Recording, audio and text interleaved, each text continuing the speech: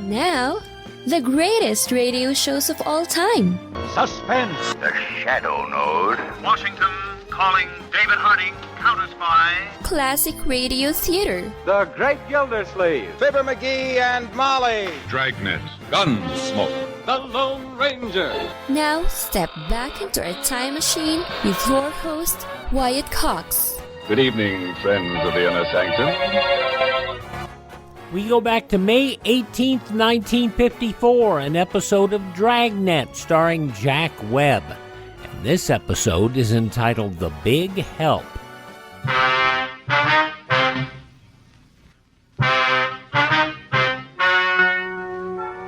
Ladies and gentlemen, the story you are about to hear is true. The names have been changed to protect the innocent. Dragnet.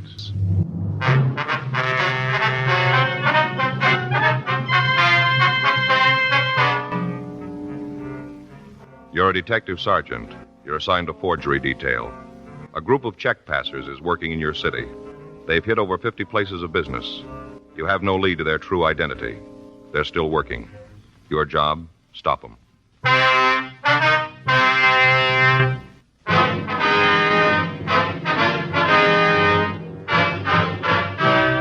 Dragnet, the documented drama of an actual crime. For the next 30 minutes, in cooperation with the Los Angeles Police Department, you will travel step by step on the side of the law through an actual case transcribed from official police files. From beginning to end, from crime to punishment, Dragnet is the story of your police force in action.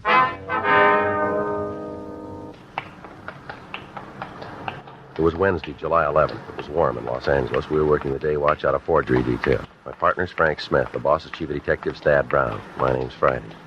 We were on our way out from the office, and it was 11:20 a.m. when we got to the corner of York Boulevard and Buchanan Street. The York Cannon Market. Yeah, something you're looking for? Like to see Tom Dawson? He's in the back there over by counter 11, cold cereals. Thank you. Yeah? Mr. Dawson? Yeah? Police officers would like to talk to you. Oh, about the check, huh? That's right. Mind if I go ahead with this display? I'd like to get it finished. I got enough trouble with the boss as it is. I don't want to build any more. No, sir. You go right ahead. This fellow cop, too? Yes, sir. This is Officer Frank Smith. My name's Friday. Hi. How do you do, Mr. Dawson? Sure hope you can get the guy that gave me the paper. The way it stands now, I'm going to have to make it up out of my salary. I don't make that much. I haven't told my wife yet. She's going to scream like an eagle when she finds out. We got a real strict budget. Sure going to louse it up. Do you have the check? Yeah. You got it right here. Came back from the bank this morning. Boss gave it to me. Here you go. Thank you. Same as the others? Looks like it, yeah. Here. Thanks. How's that look to you? Sir? The display, it'll look all right? Oh, yes, sir. It's fine. Get this mask finished and it's all done. What can you tell us about the man who gave you the check? What do you want to know? Well, what kind of identification did he use? I had just about the whole thing. Driver's license, social security card, gasoline credit card, the works. Mm-hmm. This pencil notation on the back of the check, just his license number? Let me take a look. Here. Yeah, that's it. I figured sure it'd be good. Nice-looking fella. Sure never go him for a paper hanger.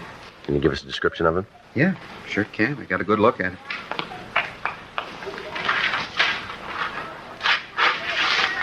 This sure ought to sell the stuff. What's that, sir? I say this ought to sell the stuff. This mask. We're giving them away when you buy the breakfast food. Extra quarter and you get one of these head things. Kids sure go for them. Uh-huh. Whole display's built around it. You see, the finished mask goes right there. Makes it look like the cardboard kid's wearing it. Uh-huh. You want to go ahead with the questions while I put it together? Yes, sir.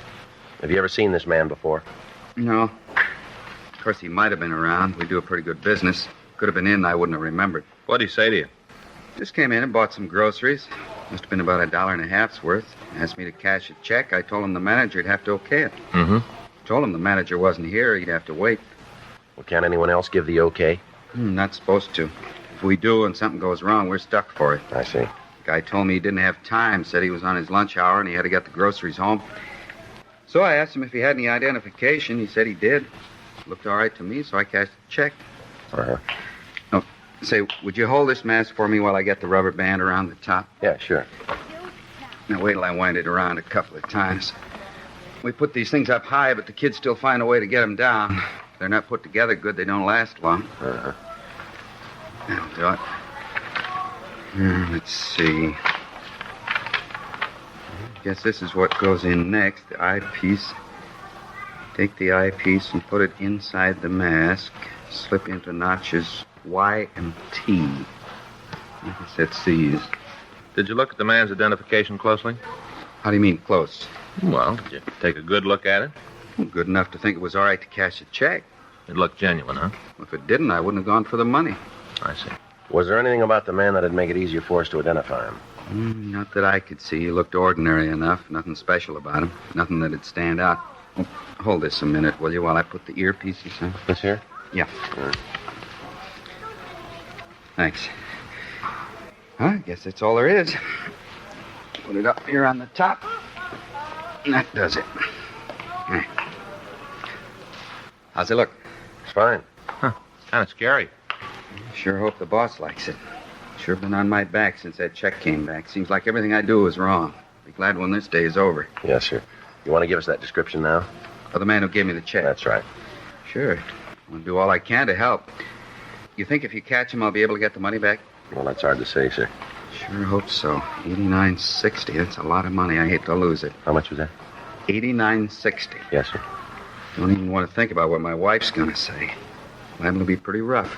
Yes, sir, we understand. How old was the man? About 27, around in there. About how tall was he? 5'9", I guess. Say, if you do catch him, how do you go about getting the money back? Well, it's booked as evidence first. And then I get it back? Well, that depends on what happens at the trial. It's not up to us to decide, sir. You see, the suspect has gotten to several other people, too. If there is anything recovered, they've got a share of it. And I probably won't get what's coming to me. Well, no, sir, but you can be sure of one thing. What's that? Suspect will.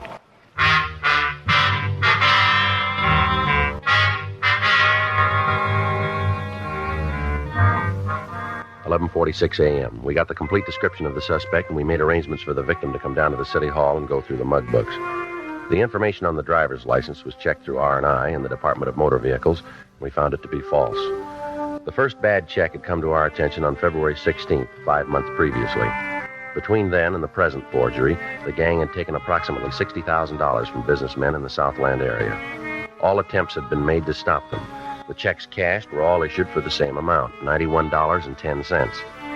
The checks were drawn on real companies, but on banks where no account existed. Examination of the forgeries by the crime lab and by handwriting showed that the checks themselves were not genuine. The signatures on each of them varied. The typewriter used to fill in the payee and the date was different in each instance, as was the check protector used. M.O. bulletins carrying pictures of the checks and lists of the companies that they were drawn on were gotten out to all supermarkets and check cashing agencies in the city. None of the precautions we took did any good. The gang continued to operate. Each of the victims was questioned, but the descriptions of the suspect that they gave us was different in each instance.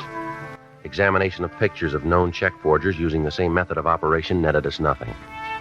The stats office had made several runs on the information we had, but they were not able to come up with any new evidence. George Brereton up at Sacramento was contacted, and he furnished us a list of possibles. These were all checked out, and several arrests were made, clearing up other forgeries, but our prime suspects were still free, and they were still operating. Wednesday, 4:15 p.m., Frank and I came back from Captain Welsh's office. Well, now we know how the skipper feels. Now, can you blame him? No, I guess not. We're doing all we can. If the people who run the stores won't look at the bulletins, there's nothing we can do. Well, the breaks are bound to go with us pretty soon. They got to start sometime. I get it. Forgery Friday. Oh, just a minute, ma'am. Fergie around? I don't know. I'll take a look and back. Hey, Ferguson? Fergie? No, he's not here. He's not here right now. Can I take a message? Mm-hmm. Yes, ma'am. No, he's not working today. Yes, ma'am. Well, if you give me your number, I'll have him call when he gets in. All right. That's 98? Yes, ma'am. No, it's right in the message book. No, he'll see it. That's right. Yes, ma'am. Mm-hmm. No, he'll look at the book when he comes in. No, the first thing. You bet. Well, you're more than welcome. Yes, ma'am. Bye. Problem? No, she just didn't believe that Fergie'd get the message. Yeah, I know. Sometimes Face has the same thing. Sergeant Friday? Yes, that's... Oh, hi, Bea. Come on in. Wasn't sure you'd be in. You know my partner, Frank Smith, don't you? Beatrice Dowling? Yeah, we've met. Sure, I haven't seen you in a long time. Sit down, Bea. Here. Thanks. There you go. Well, what can we do for you? I just thought I'd drop in and say hello. It's been a while. Yeah, it has at that. How's it been going? Pretty good. Got myself a job when I got out. Things are working good for me. How long's it been now? A year ago, last January. Well, is there anything we can do for you? No. Might be the other way around. How do you mean? I never got a chance to tell you, Sergeant, how much I appreciated what you did for me, what you said in court. Well, we just told him the truth. Yeah, I know. It would have gone a lot harder with me if you hadn't been on my side. Well, it's nice of you to think of it that way, anyway. It's true. Never get a chance before. Now maybe there's a way I can pay you back. Well, it's not necessary, you know. I know. I want to. All right, what do you got? You know how it is. When you get out of jail, you meet a lot of people in the business. They all got a deal for you, something to put you back on your feet. Yeah, I know. Same thing happened with me. I stayed clear of it, though. Never went near them. Well? I'm not going to con you. A couple of times, pretty hard, but I'm on the road, and I'm going to stay there. Well, that's good to hear. Yeah, you get rumbles. You know, things come up. Uh-huh. I got one the other day. More than a rumble. How about you, right away? Figured there's a way to pay you back. Well, what is it? Met a guy in a bar, a little place near where I work. Usually after work, I stop in and have a beer while I wait for the traffic to clear up before I go home. Mm-hmm. The other night, a fellow come up and started talking. Nice-looking guy. We got to talking about different things. Nothing big, just things. You know how you do at a bar. Mm-hmm. He asked me what I did for a living, how things were going, like that. And he wanted to know if I'd like to pick up a few extra bucks. Yeah. Said that he wanted me to cash a check for him. I told him I didn't have the money. It didn't make any difference how small the check was. I didn't have the loot. Mm-hmm. Then he sprung it. So he didn't want me to cash it myself. Said he wanted me to take it to the store and get it cashed. Said he'd give me half what the check was for. Well, why didn't he do it himself? Well, I asked him the same thing. That's when he told me. As soon as I heard it, I figured it might be something for you. Yeah. He said the check was stolen. Beatrice Dowling had been convicted of forgery 3 years before. She'd been sentenced to the California Institution for Women at Corona, California. Frank and I had a small part in the investigation that resulted in her conviction. During the trial, we testified that her cooperation had aided us in apprehending the rest of the gang and allowing us to clean up the entire operation. Since she'd been paroled, we'd lost track of her, but on those occasions when we talked to a parole officer, we found that she was living up to all of the conditions of her release. Frank and I took her across the street to a restaurant, and we talked further to her. That's the sugar, will you, Sergeant? Yeah, here you are, B. You don't use it? No, thanks. How about you, Mr. Smith? No, thanks. I take it black, too. Now, about this guy, what did you tell him? I said I'd think over the deal and let him know. Did you get a chance to see the checks? A couple. Took him out of a wallet in his coat. I didn't get a good look at him, though. Uh-huh. How about the man himself, B? Did you ever see him before? I don't think so. You know why I picked you? I've been trying to figure that one myself. The only thing I can think of is that the bartender there knows I fell once. He might have given the word. Has he got any record that you know of? The bartender? Yeah. I don't think so. He likes to talk big, but I don't think he's ever done big time. Mm-hmm. You set up anything about meeting the man with the check? Not definite. I told him I'd think it over. Asked him if I decided to do it, would the offer still be open? Yeah. He said it would. Said to look him up. At the same bar? Yeah, said I could get in touch with him there. Any special time? He didn't name one. I want you to know I wasn't even figuring to go through with it, not for a minute. When he told me the checks were stolen, I thought right away about you. Thought you might want the information. I never figured to get mixed up in it. Well, we'll buy it. What are you going to do about it? Try to find out where the checks came from. While you were talking to this guy, did he use a name at all? No, not right out. While we were sitting there, another fellow come in and talked to him. I heard the other guy call him Cecil. Now, how about this other man? Did you know him? No. Never saw him around the bar? Huh? No, I never did. Look, B, there's something I don't understand. If you stop at this bar all the time, how come you haven't seen the Cecil before? Looks like he's a regular customer of the place. You don't believe me, do you? I'm just trying to get it straight. I told you before, I only go in there about 5:30. I'm only in the place maybe 15 minutes, then I leave. There's a lot of time when people are coming in and out that I'm not there. I see. Listen, I'm trying to give you guys something for free. You don't want it? Don't worry. You're not going to hurt my feelings. No, it's not that, B. Frank and I have been on a thing for the last 4 months here. It's been giving us a lot of trouble. Yeah. Well, that's it. Think it's worth anything? We're going to check it out. Did this Cecil give you any idea where he got the checks? He said they were stolen payroll checks, all made out and ready for endorsement. Well, if they're made out, what about identification? Well, he said he had that. All I'd need to put the checks through. Did he show you any of it? No, just said that he had it already. All right, B. I wonder if you can come back to the office and check through the books for us. See if you can spot this Cecil. Oh, sure. I'd be glad to help out. I'll get a bill and we can leave. I don't want to bring this up, Sergeant. Yeah, what's that? I hope you'll understand. I'm not trying to get out of line. Oh, go ahead, B. They know me in this bar. This fella Cecil knows me. What'd happen if I went ahead with the deal? You mean make the connection for us? Yeah, line him up. Find out how the gaff's working. Then you move in and make the pinch. Well, we can't ask you to do that. It's not your idea. I just figured that it might be easier all around. You and Mr. Smith will be right there as soon as I get the information, and then it's up to you. Well, I'll have to check that with the skipper. We'll find out what he thinks of the idea. Might be pretty dangerous. I thought of that, too. Only one thing bothers me. What's that? Someplace along the line, I'm going to have to tell this joker that I don't go for the deal. He's going to find out I'm working with you. Oh. When he does, be there.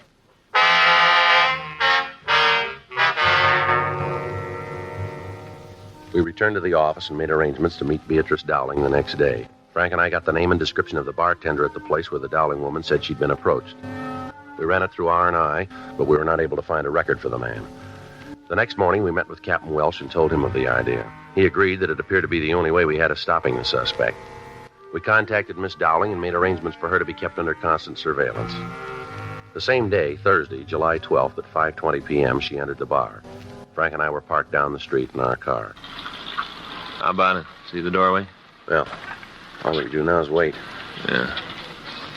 Here, you want a cigarette? I got one. Oh. What's the matter? You out of cigarettes? Yeah, you got one I can have? Right, there's some right here, sure. Here you are. Thanks.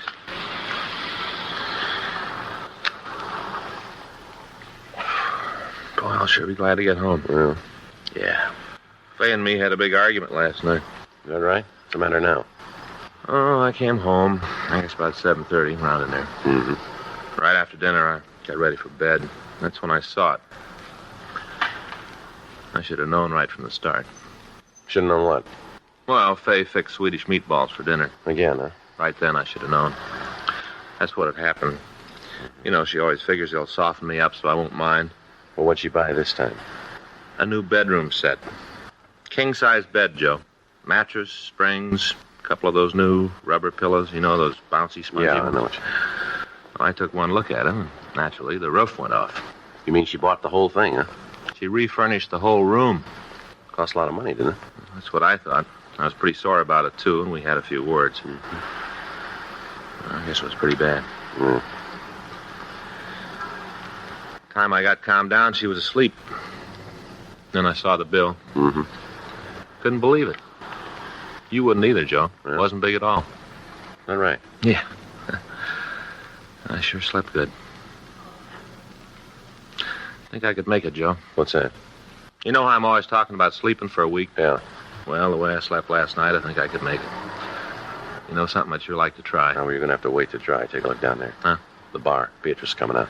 Oh, yeah. A couple of guys with her. They're acting kind of funny, aren't they? Yeah. Way they're shoving her around? There's only one reason for that. Yeah? They found out about us.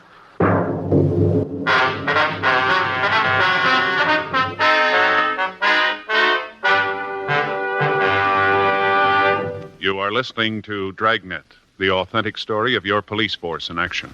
May 18th, 1954, Dragnet on Classic Radio Theater with Wyatt Cox.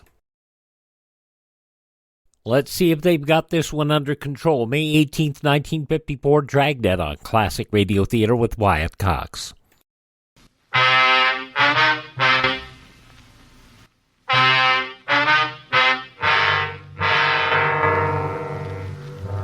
Frank and I followed the three people down the street. A half a block from the bar, they got into a black Oldsmobile sedan and pulled out into the line of traffic. We kept them under surveillance while they drove to the downtown area. We called communications and got a rolling make on the car. It was registered to a Cecil Maddox, 2482 North Alexandria on Hollywood. We requested that Maddox be checked through R&I, and we found that he'd been arrested twice before on charges of grand theft and that he'd served one term at San Quentin and one term at Folsom Penitentiary. At the corner of Broadway and Clay Streets, the trio pulled into a parking lot and they left the car. Frank and I parked our unit and followed them to a stationery store. From the street, we could see Maddox talk to a salesman, while the other man walked up to a display of typewriters. He took a slip of paper from his pocket and apparently tried the machine. By the time he was finished, Maddox had gotten through talking to the clerk, and they used the same piece of paper to try a check protector. During this operation, Beatrice Dowling stood by and waited for him. Finally, the three of them left the store and walked 2 blocks east to a large market. There, we saw Maddox hand the Dowling woman an envelope. After that, she entered the store and came back a few minutes later. Frank and I were about 10 feet from the pair of check men when the woman returned. Here it is. How'd it go? Like you said. Here's the money. Okay, let's go to a bar. We'll make the split. Half this is mine, huh? That's the way it was set up. Let's go. Come on, Frank. All right, Maddox, hold it up. What for? What's this all about? Police officers, you're under arrest. For what? Go ahead, spell out the beef. How's forgery fit? I don't know. You won't hang it on me. Don't book it, mister. You'll get short odds. It's the wrong beef. I won't buy You it. already have. Huh? You paid for it with a bad check.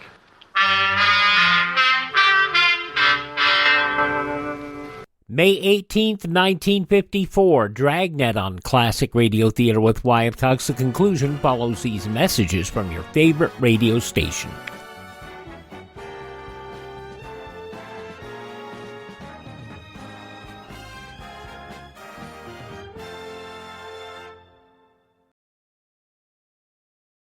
Just going to take a minute here to tell you about the big savings going on now, the clearance sale at mypillow.com.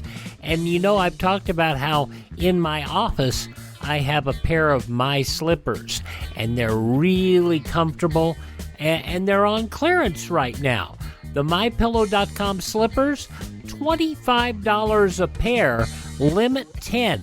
And I would buy 3 or 4 more pairs. Unfortunately, they're out of my size. They also have sheets, pillowcases, clothing items, all on special right now. Go to mypillow.com, click on the clearance tab at the top of the page, use my promo code Wyatt, or call 1-800-928-4715. Limited sizes remaining in the MyPillow slippers, limited colors on other items. mypillow.com, clearance tab, promo code Wyatt, 1-800-928-4715.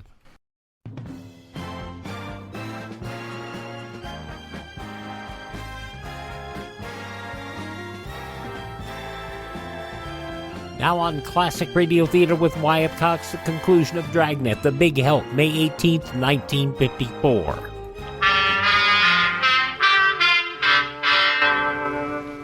The 2 suspects were taken to the city hall. The second man was identified as Raymond Johnstone. We checked him through records and identification, and we found that he'd had a long felony record.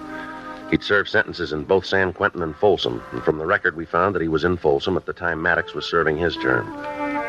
We talked to Johnston for an hour, but he refused to admit any complicity in the forgeries. 9:15 p.m., Officers Ferguson and Reagan went out to the address we'd gotten for Maddox, and Frank and I talked to the suspect in the interrogation room. All right, come on, Maddox, empty your pockets. What for? Because we want you to. Do I get the stuff back? Put it on the table. I haven't got anything. Nothing you want. Well, you let us figure that one. Come on the table. Yeah, there's a wallet. Handkerchief. Change. Package of gum and keys, and that's it. All right, now the coat pockets. Cigarettes. Lighter. Some more change and parking stuff. Inside pockets, too. There's nothing there you'd be interested in. Inside pockets. A couple of letters, that's all. All right, let's take a look. Your true name, Cecil James Maddox? Yeah. Who's this stuff belong to? I don't know anything about it. Driver's license, social security card, oil company credit card. These don't belong to you, do they? Take a good look, cop. You see my name on them? We found them in your pockets. Cleaner must have left Oh, them come off it, Maddox. We got you nailed and you know it. You gotta show me. All right, these other envelopes here. Same thing on all of them. Now, where'd you get them? I told you, I got a sloppy cleaner. Frank, you want to check, see if Fergie's back? Yeah, sure.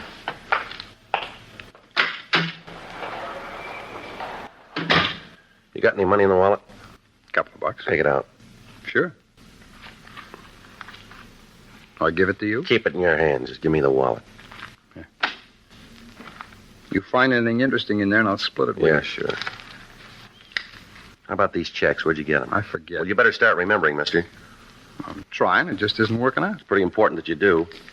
I think I found them. Where? I don't remember. You turn up with $500 worth of checks and you don't know where you got them, huh? I haven't got the slightest idea. Well, what about this receipt? What's it for? I don't know. It's in your wallet. You must have put it there. Look at the back. Maybe there's a phone number on it. Maybe that's why I kept it. No phone number here. Well, then I can't tell you where I got it. I guess I've been carrying it around for a long time. Dated a couple of months ago. That's a long time. Look, what are you trying to prove with this innocent pitch? You know we got you going in. We're going to make a forgery complaint stick. Now, why are you trying to make it harder? I don't think you can trip me for the beef. There's a couple of officers over at your apartment now. If they come up with the press you used to print up the checks and the identification, you've had it, mister. If they find the press. That's right. Only one big hole in the fairy tale. Is that so? I haven't got a press. I don't know where I got those checks. I think I bought them. You try to take me to court on that kind of evidence, and you'll make the front page as the dumbest cop of the year. Joe. Yeah. Got something for you. You wait here, Maddox. Only one door, and you're in front of that. I'm not going anyplace. Just sit still. Yeah. How's it going? Not too good. He won't cop out. How'd you do? I talked to Fergie. They went over Maddox's apartment. Yeah. They didn't find anything.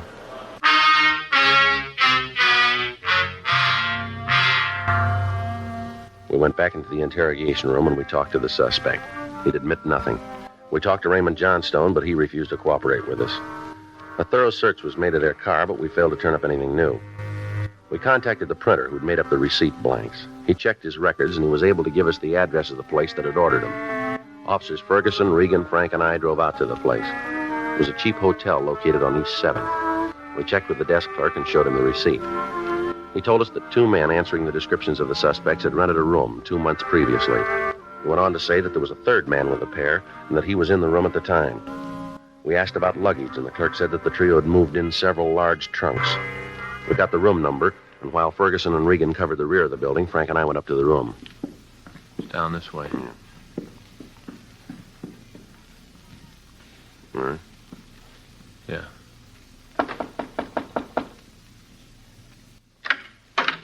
Yeah? Paul Hadley? Yeah, that's right. What do you want? I'd like to talk to you. Well, I'm kind of busy right now. What's it about? Police officers. Get out of here. All right, come on. You got no call to bust in here. I'm not doing anything wrong. Then why'd you try to keep us out? I just don't like cops running all over the place. Where's that door go? Bedroom, but there ain't nothing in there that concerns you. I'll take a look. You stay out of there. What's this all about anyway? What are you cops trying to build? How about it, Frank? Take a look. Come on, Hadley, over here. Press and everything, huh? I do a little printing for the neighborhood people. There's nothing that concern you. You do work for the Department of Motor Vehicles, too? What? These driver's license blanks, what are they for? Who tipped you? What? Who told you about the plant? Who told you? Does that make any difference? You bet it does. All the difference in the world. I don't know what they told you, but I'm not going to take the beef alone. I'm not going to take it alone. That's so? Yeah. You go back and tell Cecil and Ray that they're going with me. I'm not going to carry this by myself. You tell them that, will you? Sure. Phony deal anyway. I sit here with the press, all the checks. Anything goes wrong, I'm the one that stands for it. They're out with the money. One-sided, that's what it is. They get the kicks, I get the work. One-sided. No, not this time. Huh? You're all going to come out even.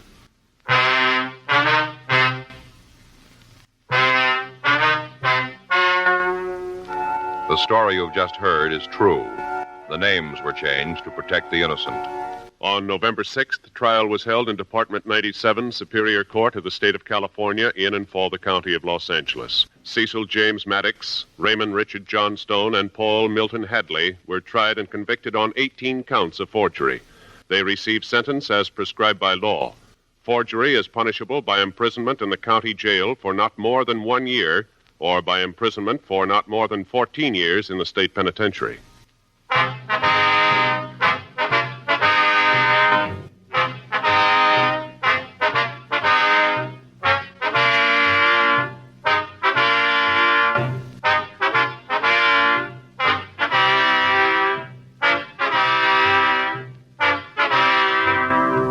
You have just heard Dragnet, a series of authentic cases from official files.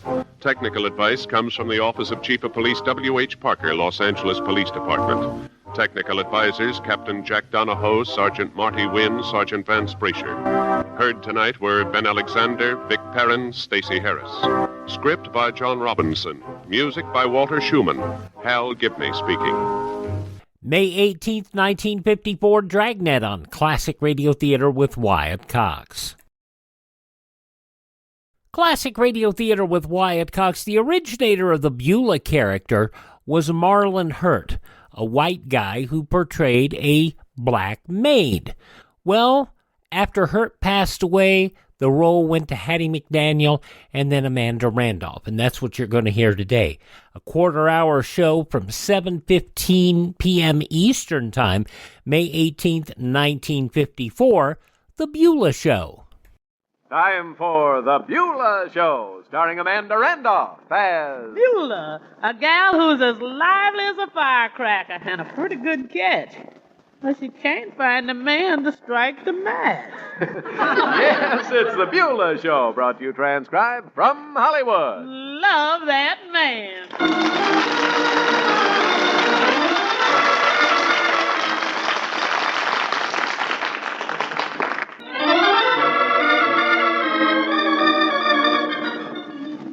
today, some friends of the Hendersons are sending over their 10-year-old niece to spend a few days as a house guest. So Beulah and Mrs. Henderson are getting things ready. Oh, I'm sure Gwendolyn will like this doll, Miss Alice. It's so lifelike with those long curls. Yes, it does look like a real baby, doesn't it? I say. I happened to press its stomach and it said Mama. And I said, who? Well, put it there on the chair. I want Mr. Henderson to see it when he comes down to breakfast. Oh, give me 10 men who are stout-hearted men. 10 men he wants. And all I'm asking for is just one.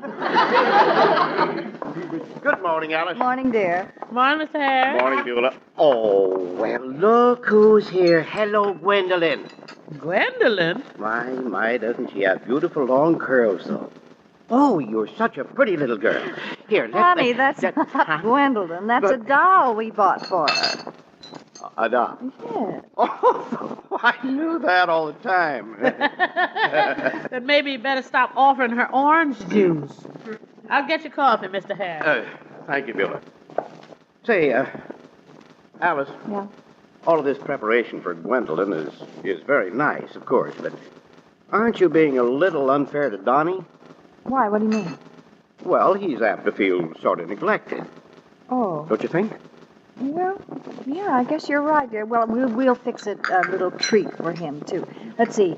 He likes chocolate cake and eclairs. It's coffee, Mr. Harris. Oh, fine. Thanks. Beulah, we want to fix a little extra something for Donnie. What does he like best?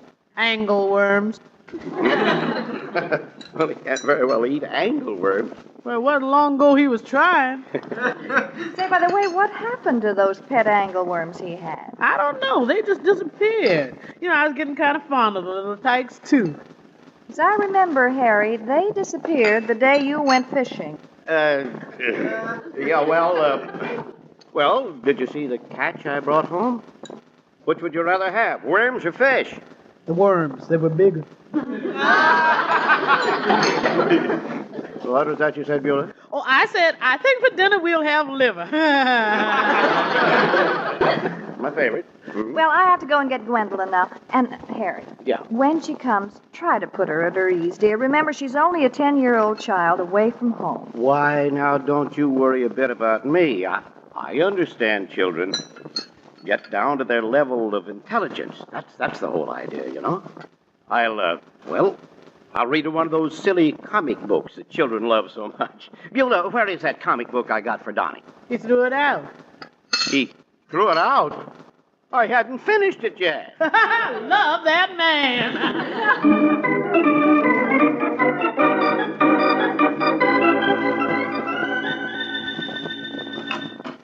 Beulah! Oh, you're back already, Miss Alice.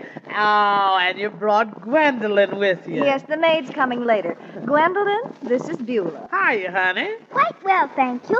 I have been looking forward with a great deal of anticipation to my forthcoming visit.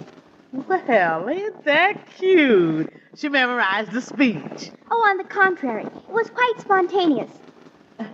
Miss Alice, is she really making that up? Well, she's a rather unusual child. She tells me that she's been attending a progressive school. Looks like she's progressed out of reach. Oh, Beulah. Beulah, you're just positively whimsical. Oh, well, my, the things a person finds out about herself. After all these years, I discover I'm whimsical. Now, if I only knew what it meant, I could go around all day and whimsic all over the place. Well, I better call in everybody. I want them all to meet Gwendolyn. Oh, good. I would like to meet the entire staff. The staff? Well, the upstairs maid, the downstairs maid, the cook, and the housekeeper. Oh. You're looking at her. How quaint. Hey, say, Beulah, Mom said that Gwendolyn is... Donnie, I would like... What a slick-looking chick. Donnie. What a dilly of a dolly. Donnie, this is Gwendolyn. Hiya, Gwen. Want to ride in my coaster wagon? That's a rather juvenile occupation, don't you think? Is this kid a foreigner? She might as well be. Now, Donnie, Gwendolyn is a guest here, and we should be nice to her. Okay. Oh, Gwendolyn, would you like to go outside and play cops and robbers with us? I wouldn't think of playing such a silly, childish game. Go jump in the lake. Ooh, darn it. I got some bubble gum here. Anybody care for some? Oh, sure, Beulah. Thanks. Well, I don't suppose you want any bubble gum, Gwendolyn. Why, yes, I would. Good. Gum is beneficial because it stimulates the gastric juices that help digest your food. Oh, never mind, honey, never mind. Just chew it and have a good time. Say, Beulah, did you... Oh, well, here's our little Gwendolyn. Next victim. Well, if you don't mind, I'll go outside and play some childish games. Well, what a cute little girl you are. Okay, Gwendolyn, lower the moon. Beulah, who is this strange character? Mr. Harry, if I could talk to you just for a minute. Yes, just a minute, Beulah. Yes. Gwendolyn, did you see this cute dolly we have here? Why, yes. Do you have a child in the house? We were expecting a little girl, Gwendolyn. Gwen, you are 10 years old, aren't you? Why, yes. 8 to 5, she's a midget. Well, Gwen, how would you like to hear a nice story, If it amuses you. Well, did you hear the story about Jack and the beanstalk? Not recently. How Jack dropped a seed in the earth, and overnight a beanstalk grew way up in the sky. And he climbed it. Rather unbelievable, isn't it? How could that happen to a beanstalk in one night? Look what happened to you in 10 years. What did you say, Beulah? Oh, I said, and up there was an ogre with big ears. Mr. Harry, if I could talk to you... yeah. And then this ogre tried to catch Jack. He was very mean. That can be easily explained. The ogre wasn't really mean. It was due to his environment. I beg your pardon? It can all be explained psychologically. You see, that beanstalk represented his mother. Oh, his mother. Beulah, could I talk to you for a minute? I knew you'd be coming around. Beulah, what goes with this little monster? I don't know. But I think you better not tell her any more stories. Because if she does that to Jack and the Beanstalk, what is she going to do to Little Red Riding Hood?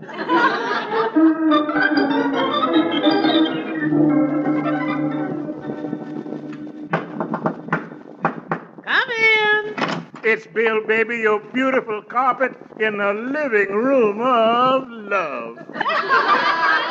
Well, come on in, Mohawk, and let's start living. Oh, Beulah, my snappy little ginger snap, you're really something to behold. Well, put your arms around me, William. I'm really something to be held. Oh, it'll be a pleasure, baby. Oh, excuse me. Oh, that's all right, honey. Gwen, this is my German friend, Bill. Bill, this is our house guest, Gwendolyn. How do you do? Please don't let me interrupt. Just go right ahead with what you were doing. What we were doing ain't exactly come under the head of spectator sports. I know. You were going to kiss her. Well, yes, I was sort of heading in that general direction. Why? Why, what? Why were you going to kiss her? Listen, Gwen, there's a lot of other things you got to learn first. There's fractions and the multiplication tables and... But can't you explain why you wanted to kiss her? Gwen, it's one of them things that you don't explain. You just relax and enjoy it. I just wanted to know if you're emotionally compatible. Well, no, I don't think we are. Why not? Because I don't know what it means. There you are. Where? You haven't gone about this scientifically. Bill, why do you like Beulah? Well, You better think of something. She's a great cook. Oh, so you'd have her working over a hot stove all day. But I like to cook. See that? You think more of your stove than you do of Bill. There's no doubt about it, you're not at all suited. What's the matter, Beulah, baby? I'm in love with you. I'm crazy about you. You're the only man in the world for me. But it ain't scientific.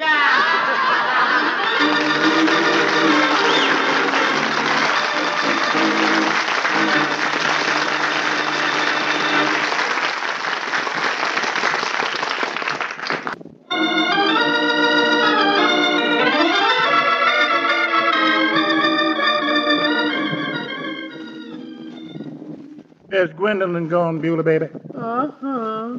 Now, let's see, where were we? Oh, yes, I was going to kiss you. Oh, but Bill, we ain't suited. We ain't compatible. Why should you want to kiss me? Well, I don't know. Maybe it ain't scientific, baby. But I like it. Oh, Bill.